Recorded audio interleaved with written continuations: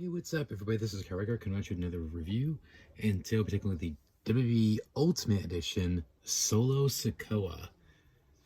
Yeah, I've had this figure kind of like on the back burner for a little while, but finally getting around to reviewing him. Like, he started popping up at my local Walmart, like around the time the WrestleMania display started showing up, and I just never really got around to getting it until recently. So here he is. I've been looking forward to this one really since they showed the prototype images.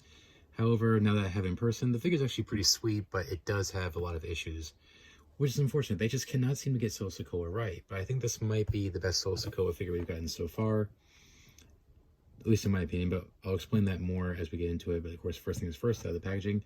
The typical Ultimate Edition packaging. We got Solo Sikoa at the top there. Of course, Ultimate Edition. Got the glamour shot of Solo right there. Of course, Solo Sikoa, Ultimate Edition there.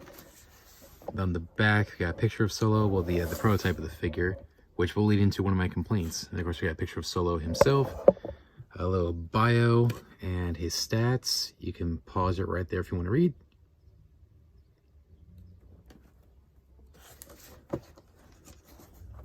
Anyways, and that's pretty much about it. So, it looks like the little bubble thing came undone.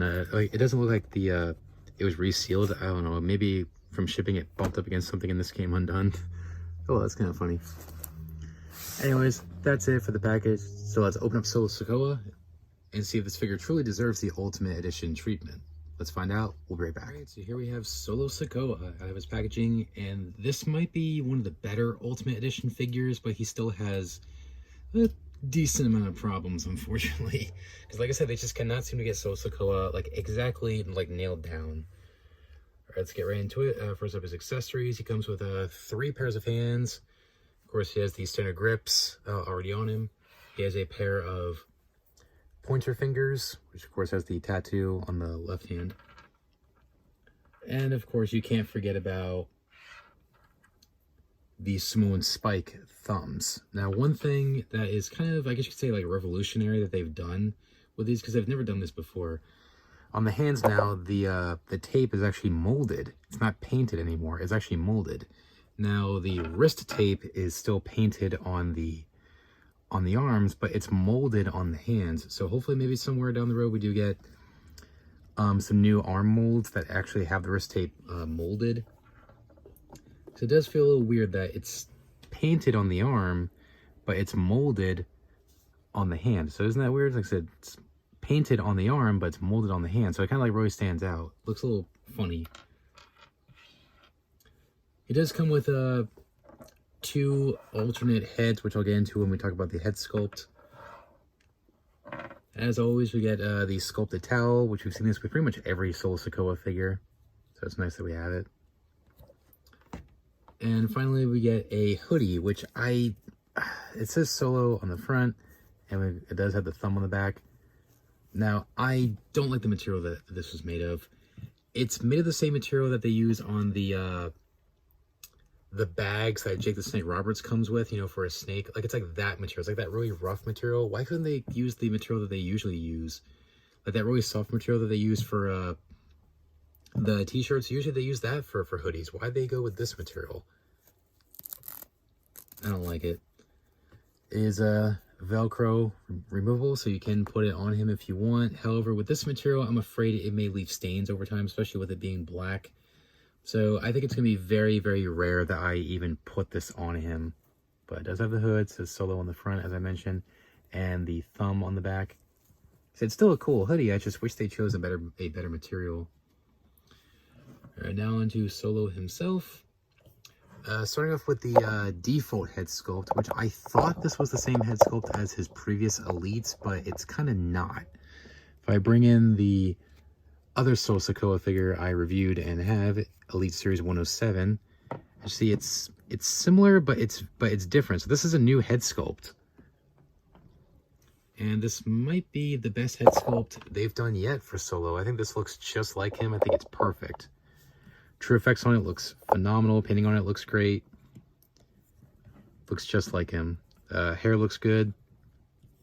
It does come with a more like grimacing, more angry face, which I do like this one as well. I think it's also really nice.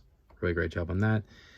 And finally, I'm not the biggest fan of these types of expressions, but this is definitely one of the figures that it was absolutely necessary to include this face, and that is a screaming head sculpt, which I love this head sculpt. However, I think the likeness of it actually looking like Solo, I think is a little bit off, but everything else on it is great. Like I said, the true effects on it's great, the painting on it's great, sculpting on it's great. Like I said, it's just the likeness is a little off. The other two head sculpts are perfect. They look just like him, but the likeness on this one, I don't know, it's just a tiny bit off. Really. So like I said, head sculpt looks good. Moving down the torso, I think it was a good torso choice, but I think it's a tad bit too skinny. They could have made it just a tad bit bigger. But tattoos look good. Again, they need to give us bigger arms, because Solo does not have the same size arms as his brothers, Jimmy Uso and Jey Uso. So they need bigger arms for Solo specifically.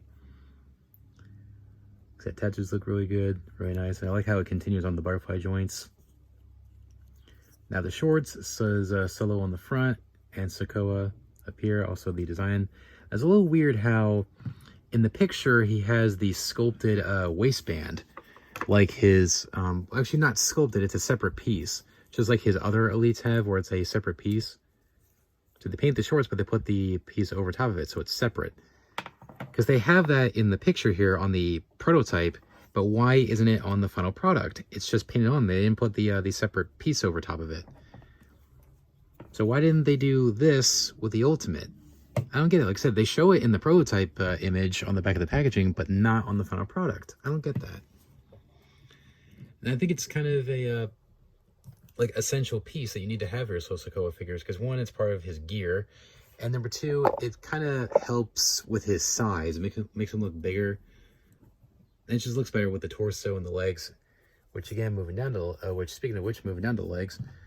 I didn't notice this at first with his other figure. I think they looked fine on the Elite, but they should be bigger on the Ultimate. Like, they need to make it bigger. I didn't notice it really on the Elite, but on the Ultimate, it's definitely very noticeable. Like, these thighs need to be bigger, and also his lower legs need to be bigger too. I mean, it just looks so awkward. It stands out like a sore thumb on this figure in particular. I didn't notice it really on his Elites, but you definitely notice it here on the Ultimate, which really sucks. So knee pad looks good with the design there, and the boots here. Like I said, they just need to make some things bigger.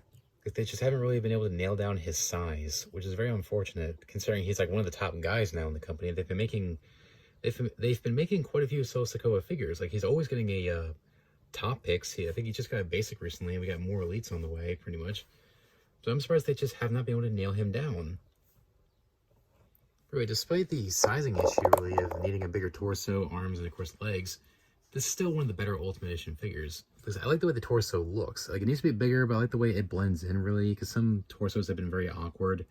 Like Shinsuke Nakamura, Edge, Bret Hart, just to name a few others, where the torso just doesn't blend in right. Like, the upper torso doesn't blend in well with the stomach. Here, it blends in just fine. They just need to make it bigger. For comparison, here is with the Elite Series 107, which is the only Elite Solo Sikoa figure I have right now. I need to get more Elites. I need to get his top picks Elites, because I want to have him in black gear. Anyways, here he is. So I think the torso looked a little bit better. It still needs to be a tad bit bigger, but it looks better on the Elite, really. But the Ultimate just looks a little off. And like I said, yeah, the legs need to be bigger. So I didn't notice it really on this Elite, but I definitely noticed it now on the Ultimate. So you see what I mean there? How it's painted here on the Elite here, but they actually sculpted it now on the Ultimate. So hopefully they do that moving forward. So that's great. So it definitely shows the improvement there with the face. Articulation standard for the Ultimate Edition figures. Head rotates 360, can go up and down. Would be nice if they do what some of the Marvel Legends have and the AEW figures, and that is the hinge at the neck here. But it's okay. Like I said, it still goes up and down fine. Arms rotate 360, can go in and out. Rotate at the bicep. Double jointed in the elbow. Love that. Does have the butterfly joint. Swivel at the wrist and then hinge at the wrist. Of course, has the upper torso, waist,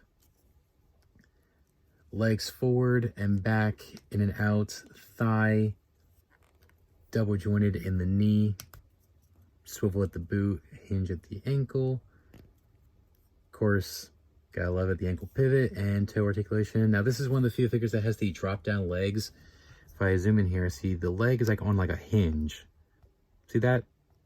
See how the leg's moving up and down? So it's like a drop down leg. So when you move it downwards, it's supposed to help you rotate the leg more. And it does help, really. Like, out of all these Solo Sikoa figures, this might be the best one in terms of articulation. Whereas on the Elite 107 I reviewed, the legs were very stiff. You could barely move these, and it feels like it's going to break. But here, this might be the best Solo Sikoa figure in terms of his articulation. You can really put him in pretty much any pose you can really think of. And they're nice and smooth. The joints are nice and smooth. They don't feel loose, really, barely at all. But they're nice and smooth, so you can really do just about anything.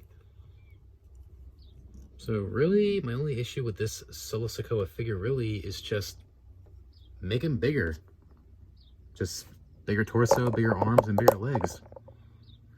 But really, aside from the, proportions, really, like the sizing issue, this is definitely one of the better Ultimate Edition figures in the line. Quick final thoughts on Solo Sikoa Ultimate Edition.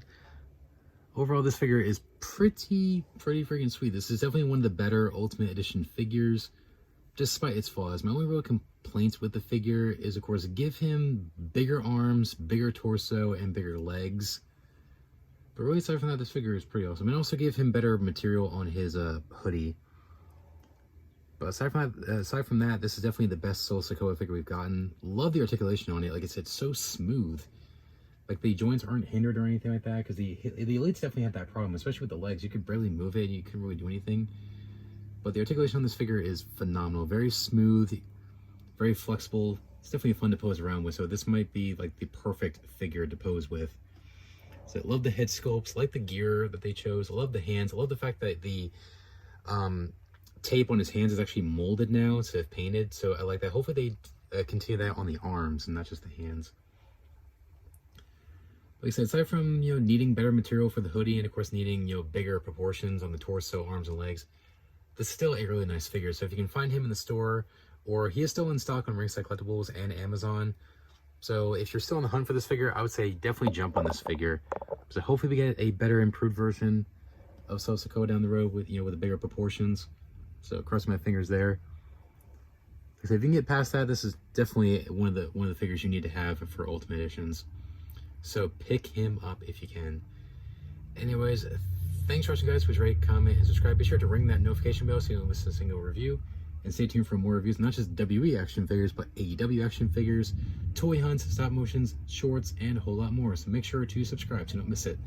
Anyways, thanks for watching, guys. Please rate, comment, and subscribe. And until next time, remember, you can't touch my dream and you can't touch my soul. I'm out. Take care, guys. Bye.